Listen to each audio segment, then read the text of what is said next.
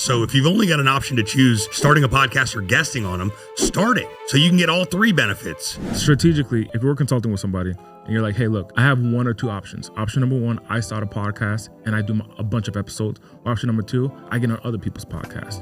For whatever reason, they only have one of the two options to choose from. As a strategist, what would you suggest that they do?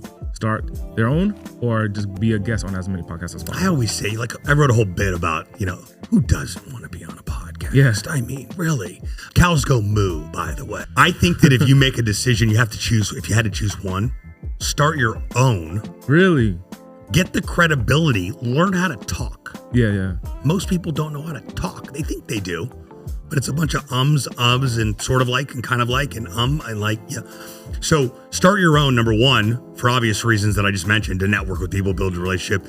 And then that third reason of starting a podcast is to improve your communication skills. So if you've only got an option to choose starting a podcast or guesting on them, start it so you can get all three benefits. Because if you guest, maybe you could grow your business and relationships from there. But if you have your own, you're increasing your credibility as a podcaster. If you have a podcast, I'm more inclined to get you on my show versus just some ego-struck individual that thinks that they should be on a podcast.